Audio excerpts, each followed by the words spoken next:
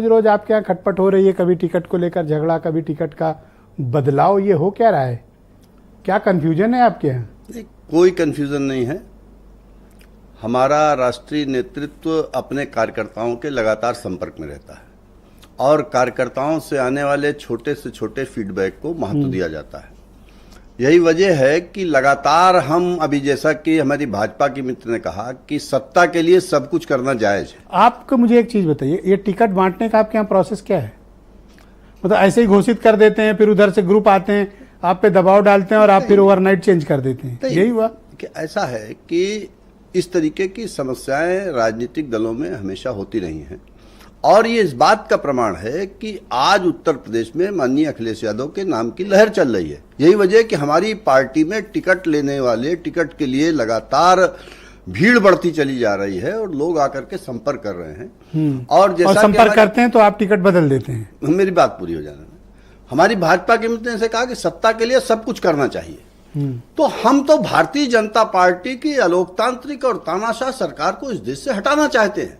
इसलिए हमको जब भी लगेगा कि हमारे पास कोई बेहतर विकल्प मौजूद है, हम उस विकल्प को जरूर प्रयोग करेंगे और इसमें हम इस बात का गुरेज नहीं करेंगे कि दूसरे लोग हमारे लिए क्या कहते हैं। हमारा सीधा मानना है कि जो मजबूत से मजबूत प्रत्याशी हमको दिखाई देगा भारतीय जनता पार्टी से लड़ने के लिए, उसको हम चुनाव लड़ाएंगे। और एक बात और कहना चाहता हूं, हमारी भाजपा की मित्र ने कहा कि साहब देश का रिपोर्ट कार्ड देख लीजिए।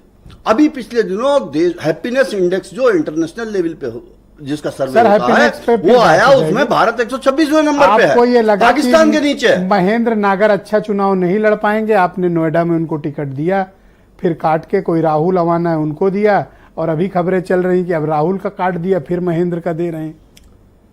अब मैं एक चीज क्यों इतना कंफ्यूज करते हैं? कोई अंदर की बात बहुत नहीं कहना चाहते हैं, लेकिन हो सकता है हमारी कोई रणनीति ऐसी हो कि भारतीय जनता पार्टी जिस तो मैं ये मान लूं कि अभी फिर नागर का कटेगा, फिर अवाना को मिलेगा। ऐसा नहीं, भानु प्रताप को मिला मेरठ से, फिर कटेगा, फिर तीसरे को मिलेगा। ऐसा नहीं है।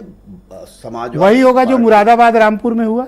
नहीं, ऐसा बिल्कुल नहीं होगा। समाजवादी पार्टी लगातार इस विषय पे काम कर रही है और हम लोग इस पे काम कर रहे हैं कि प्रत्याशी मजबूत से मजबूत जनता के बीच में भेजे जाएं, जिनका क्षेत्र में काम हो और जनता के बीच में जिनकी लोकप्रियता हो, और जो पूरी मजबूती के साथ चुनाव लड़ने का काम करें, भारतीय जनता पार्टी के प्रत्याशियों को शिकस्त देने का काम करें और इस देश की जनता को बेरोजगारी से, महंगाई अब इस इलाके में है क्या आपके पास? एक अमरोहा छोड़ के वो भी बीएसपी के पास थी, बाकी तो सब बीजेपी के साथ था।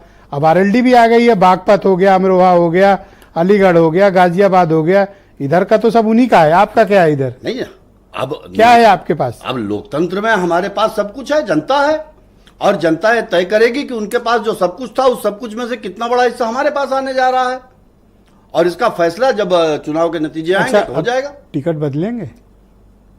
टिकट जहां आवश्यक होगा वहां बिल्कुल उसमें फैसला किया जाएगा, जो है संशोधन किया जा सकता है। तो जब आपका प्रत्याशी कॉन्फिडेंट नहीं कि रात में सोया है और सुबह उठे, नहीं, देखिए प्रत्याशी हम समाजवादी पार्टी ने, और ये खबर आए चैनलों पर, व्हाट्सएप पे कि टिकट कट गया भैया, बहुत से प्रत्याशी समाजवादी पार्टी ने बहुत पहले ही जारी किए और उनके बारे में लगातार हम समीक्षा करते हैं। शुक्रिया आपका। मैं इस कार्यक्रम में